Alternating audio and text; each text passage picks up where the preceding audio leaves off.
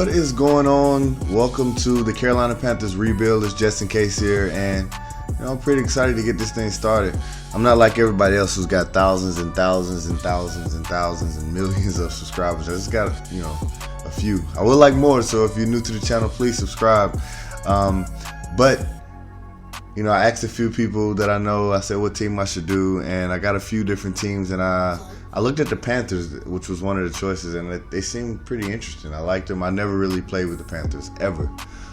So I figured that would be something I would try. I wasn't even familiar with the roster, anything like that. So, boom, I picked the Panthers, and here we go. Ron Rivera is the coach, and we're going to do this thing. First thing we got now is new NFL beat reporter checks in before our first preseason game.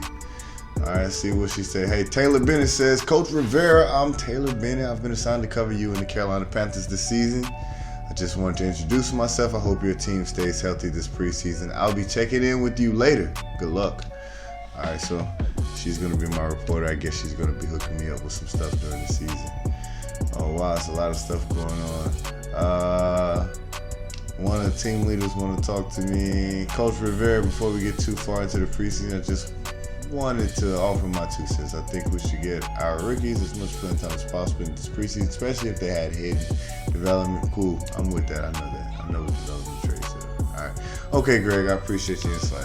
Thanks. All right, so first thing I want to do is take a look at the roster.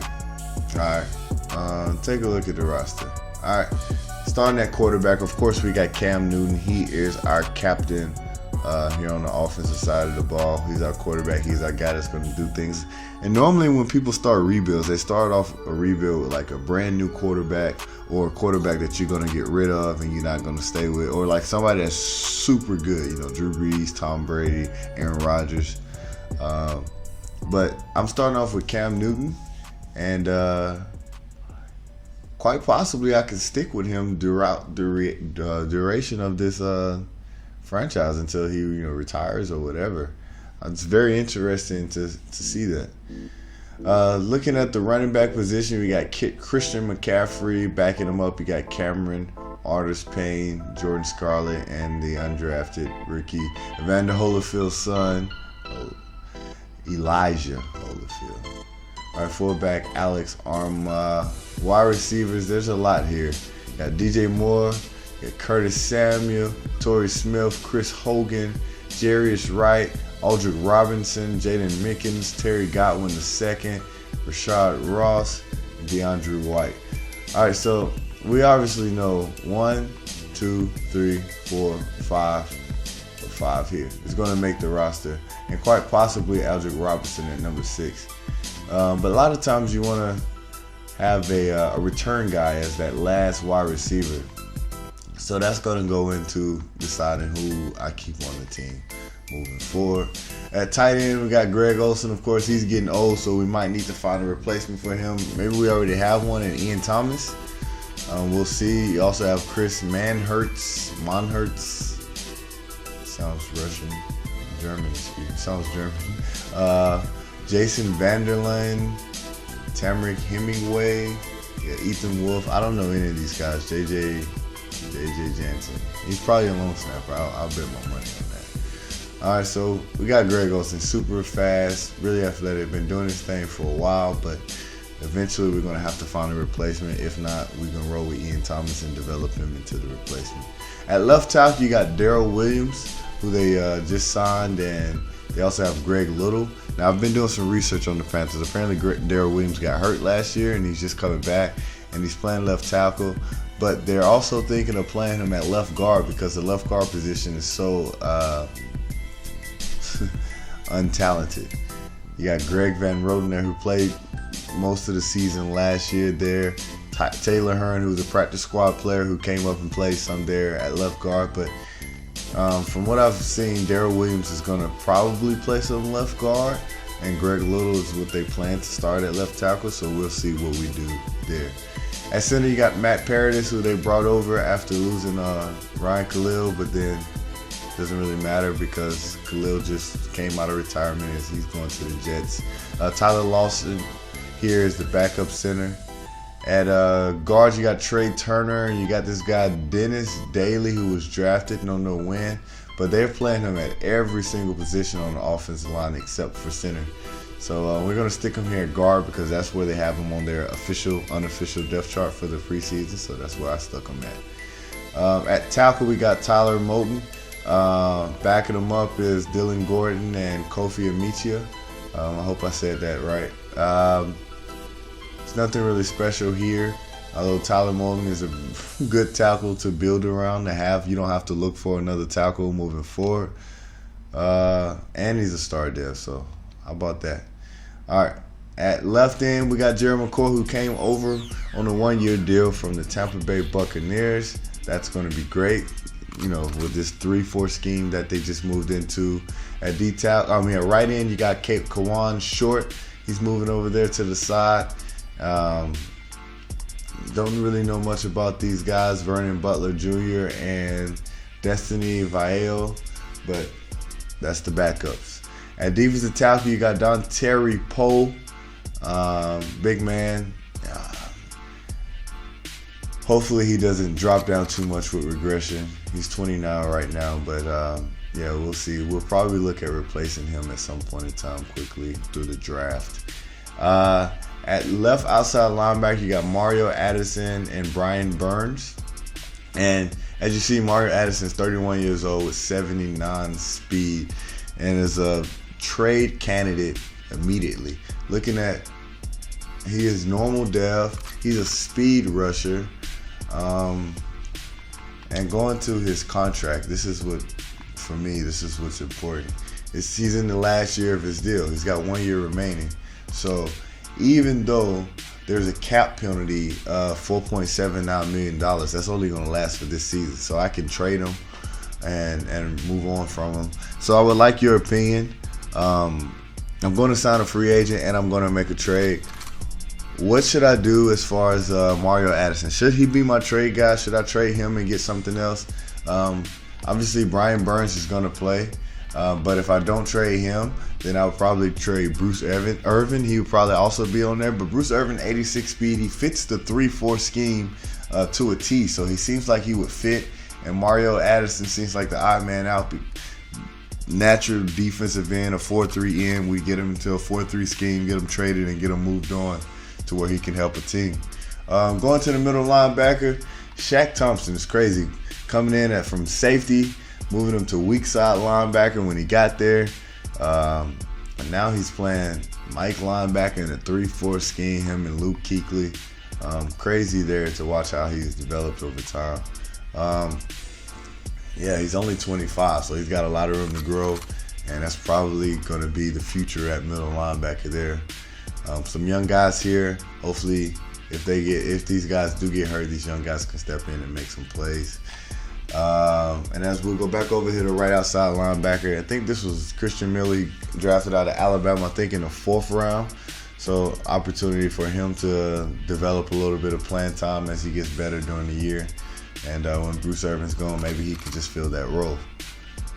At cornerback, we got Dante Jackson out of LSU. I've heard a lot of good things about him. Don't really know much about him. But that 96 speed, 93 excel, 95 agility looks good to me. I'm just saying. I don't know how it looked to you, but it looks good to me. He's a man-to-man cover cornerback with his man coverage at 81. 68 catches is pretty good too. But I mean, I like his ability. I like what he can do. So we're going to see if we can get this guy worked up and get him moving, because, I mean, he's going to be good. And if he's only 5'10", so ideally if we can get another corner or two, we can move him into the slot. Maybe we can find something through the draft. We can move him to the slot, and he can be a legit slot cornerback for us moving forward. James Bradbury, who's been there for a while. He's in his 3rd year out of Samford, right across the street from my high school. Shout outs to Samford Bulldogs. There you go. But, yeah. He's there as well. Ross Cockrell, he's from Duke. He's going to play some free safety too. I looked at their depth chart. He's going to play a little bit of free safety, so we'll work with that. But everything else is pretty legit. I mean, it's okay. We got some young guys down here that's going to try to get some playing time, but nothing special going on there. Moving over to free safety, Trey Boston is back. They brought him back on a 1-year deal, so we're going to make that work. Trey Boston is our free safety. You got Colin Jones here out of TCU also playing some free. Some other young guys there. And then at strong safety, you got Eric Reed and Rashawn Golden. He's a young guy, so you got Eric Reed there. You know his whole story, his situation. He got signed last year, and they gave him a long-term contract, so he's good. Rashawn Golden, he's a young guy that can come in and play. I think we're good there at the safety position. Graham Gano at kicker, Michael Pilardi at punter, and that's our squad. Our draft picks, everything's normal, so nothing crazy there. So that's our squad. So after looking at my team, I went through to look at the running backs. I was like, well, maybe I can give one of my young guys the opportunity to be a power back. And then I looked at the outside linebacker position, and I was like, I think some of the diehard Panthers fans might be upset if I let Mario Addison go, and I don't even play Bruce Irvin, who they brought in this year. So I thought that I would be lacking in that situation. So I thought, even though Nick Perry is probably the best move to make, I think that the safe move to make is to go with Clint Bowling. And I think bringing in Clint Bowling is going to help us this year immensely on that offensive line. And then, you know, whatever we do with Mario Addison, that's icing on the cake, whether it's draft picks or whether it's another player. That's something that'll be cool that we can work with as well. So, Clint Bowling, we're going to sign you and move you over to left guard. All right, so here is the squad, 81 overall. See Cam Newton, Christian McCaffrey, Armour, DJ Moore, Samuel, Williams, Turner, Paradis, Bowling. I think I switched that. I don't know why it's like that. But Moulton and Greg Olsen. Defensively, in this 3-4 scheme, we got Dontari Poe, Kawan Short, Gerald McCoy, Bradbury, Jackson, Boston, Burns, hidden depth trade, Shaq Thompson, Luke Kuechly with that superstar X factor. Mario Addison just doesn't need to be on the field. So we're gonna figure that situation out. And Eric Reed, that strong safety. So I need your help, okay, as we shift to the end of the preseason and end this video. Tell me, what should I do? Should I trade Mario Addison? Should I keep Mario Addison? Should I trade Bruce Irvin? Should I keep Bruce Irvin? What should I do with that outside linebacker position, which is troubling me? Also, what should I do with the running back position? Because if I do decide to trade somebody, you know, I need to trade him for another position. Should I trade him for a running back, or should I trade him for another position? Let me know, comment below, and let me know what you think I should do, because I think those decisions are kind of important, especially for you crazy diehard Panthers fans out there. Yeah, I think everything else is good, though. Yo, so as I'm going through preseason, I see this. It says, Torrey Smith comes to me and says, Coach, did you see me out there this week? People say I've lost a step, but after all these years, those DBs still can't cover me. That's talent. But it's also experience, and I like to pass that to our young guys, like Curtis Samuel. Is there any specific area you want him to improve in? And as I look at my options, faking out tacklers, catching traffic, however you can help, or getting open. Now, since he's a number 1 receiver, number 2 receiver, but he plays on the outside, well, he does play. He's going to be my slot receiver as well. I want to do faking out tacklers, but also interested in getting open. Let's go getting open. You can tell an experienced receiver right away by how sharp he is in his routes. Think you can give him some tips on footwork, how he angles his hips at the point of contact. Sure thing, coach, any specific type of route. So now I get to choose short routes, medium route, and long routes. He's already a good deep route runner, so let's go with short routes because he's going to get a lot of drags and stuff. I said I want to see him improving the shorter routes, slants, drags, ends, the sort of stuff, and it couldn't hurt to teach him a thing or two of beating the press at the line of scrimmage. No problem. I'll show him a few tricks, help him release at the line, and a few techniques for getting open on short routes. Boom, +2 release, Curtis Samuel. Boom, +2 short route running, Curtis Samuel. Like that. All right, week 1 here. Let's set our goal.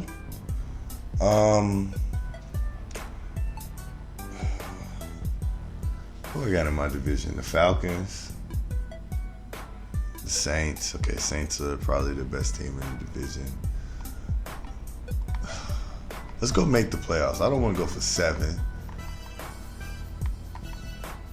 Make the playoffs, win the Super Bowl, make it to the Super Bowl. Wow, they could condemn these to just a few of them. All right, I'm making the playoffs. That's my goal.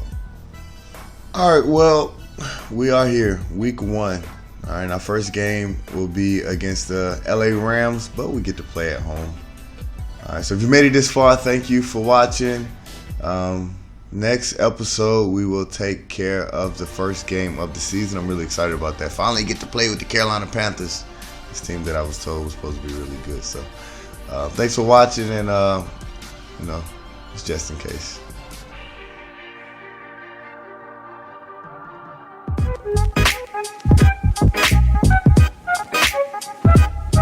Hey, just in case here, and I hope you liked that video, and if you did, don't forget to click that like. And if you're new to the channel, go ahead and subscribe to the channel, as more videos like this will be coming in the future. Alright, once again, thanks for watching, and like I said, it's just in case.